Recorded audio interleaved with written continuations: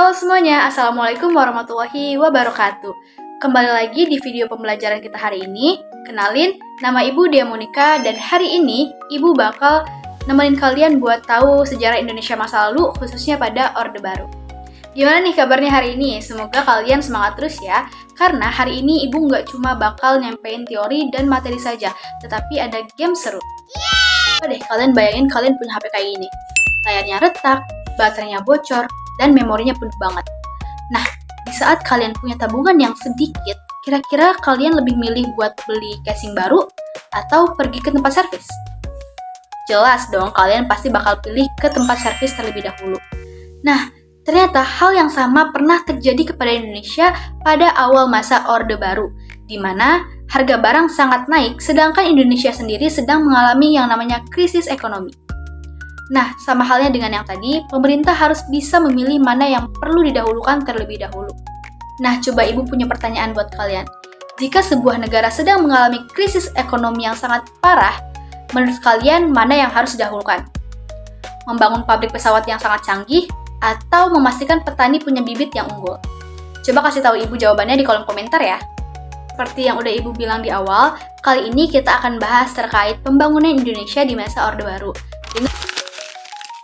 Nah, di sini Ibu ada PPT, yaitu proses pembangunan Indonesia pada masa Orde Baru untuk kelas 9 SMP semester genap.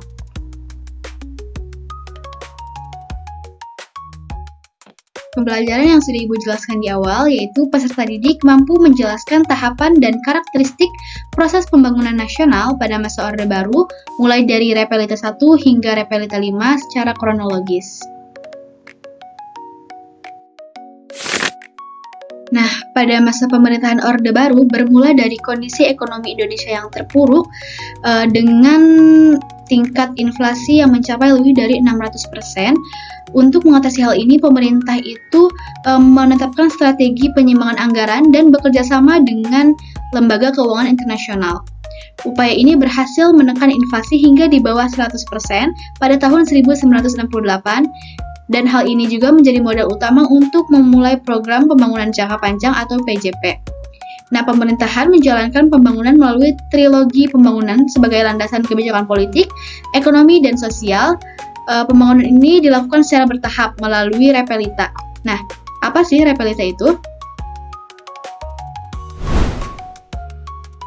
Repelita sendiri itu merupakan rencana pembangunan 5 tahun, yaitu sebuah program yang pernah dilakukan oleh Indonesia pada masa Orde Baru, dengan tujuan untuk meningkatkan kesejahteraan masyarakat dan memajukan ekonomi nasional melalui pembangunan infrastruktur, industri, dan sektor lainnya.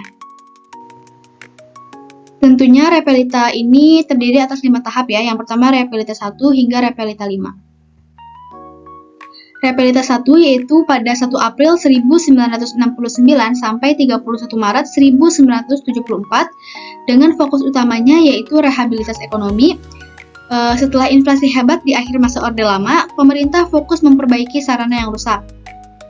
Tujuannya itu memenuhi kebutuhan dasar seperti sandang, pangan, perbaikan prasarana, perumahan rakyat, dan perluasan lapangan kerja. Dengan hasil utamanya yaitu peningkatan produksi beras dan dimulainya pembangunan infrastruktur jalan seperti jalan dan jembatan. Lalu ada Repelita 2 yaitu 1 April 1974 hingga 31 Maret 1979. Dengan fokus utamanya yaitu pemerataan pembangunan. Pemerintah ini mulai memperhatikan daerah-daerah di luar Pulau Jawa melalui program transmigrasi. Tujuannya itu menyediakan lapangan kerja, meningkatkan pendapatan rakyat, dan pemerataan pembangunan di wilayah Indonesia. Hasil utamanya, berhasil meletakkan dasar bagi industri pengolahan bahan mentah menjadi bahan baku. Lalu Repelita yang ketiga yaitu tanggal 1 April 1979 sampai 31 Maret 1984 dengan fokus utamanya itu trilogi pembangunan. Jadi pada masa itu penekanan pada pemerataan menjadi sangat kuat untuk menghindari kesenjangan sosial yang tajam. Tujuannya itu menitik beratkan pada sektor pertanian menuju swasembada pangan dan meningkatkan industri yang mengolah bahan baku menjadi barang jadi. Hasil utamanya, persiapan mental dan infrastruktur menuju kemandirian pangan. Lalu repelita yang keempat yaitu 1 April 1984 sampai 31 Maret 1989 dengan fokus utamanya itu swasembada pangan. Tujuannya melanjutkan usaha swasembada pangan dan mulai meningkatkan industri yang dapat menghasilkan mesin-mesin industri sendiri. Dan hasil utamanya yaitu Indonesia meraih penghargaan dari FAO atau Organisasi Pangan Dunia pada tahun 1984 karena berhasil swasembada beras. Lalu yang terakhir ada repelita 5, yaitu 1 April 1989 sampai 31 Maret 1994 dengan fokus persiapan tinggal landas dengan tujuannya itu meningkatkan sektor pertanian untuk menetapkan swasembada pangan serta meningkatkan sektor industri yang menghasilkan barang ekspor. Hasil utamanya, sektor manufaktur dan ekspor non-migas mulai mendominasi pendapatan negara. Nah, tadi kan kita sudah membahas terkait repelita 1 hingga 5. Nah, di sini ada program-program unggulan dari repelita. Yang pertama ada keluarga berencana, yaitu menekan pertumbuhan penduduk hingga di bawah 2% untuk meningkatkan kualitas hidup dan keseimbangan sumber daya. Yang kedua ada transmigrasi, yaitu pemindahan penduduk dari daerah padat seperti Pulau Jawa ke pulau lain untuk pemerataan dan peningkatan ekonomi. Yang ketiga, industrialisasi pertanian. Nah, melalui strategi ini, Indonesia ini berhasil mencapai swasembada beras pada pertengahan 1980-an. Yang keempat itu ada pendidikan dasar. Pembangunan SD atau sekolah dasar impres secara masif sejak 1973 dan program wajib belajar berhasil meningkatkan melek huruf dari yang tadinya 60% hingga lebih dari 90% pada dekade 1990-an. Dan yang kelima itu ada industri strategis. Jadi pengembangan pesawat terbang nasional N250 oleh IPTN yang melakukan terbang perdana pada tahun 1995 sebagai simbol kemajuan teknologi.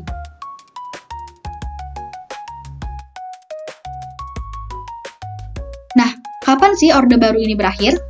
Era Orde Baru berakhir ketika Indonesia ini diterpa krisis ekonomi Asia pada tahun 1997 yang mengakibatkan rapuhnya struktur ekonomi nasional.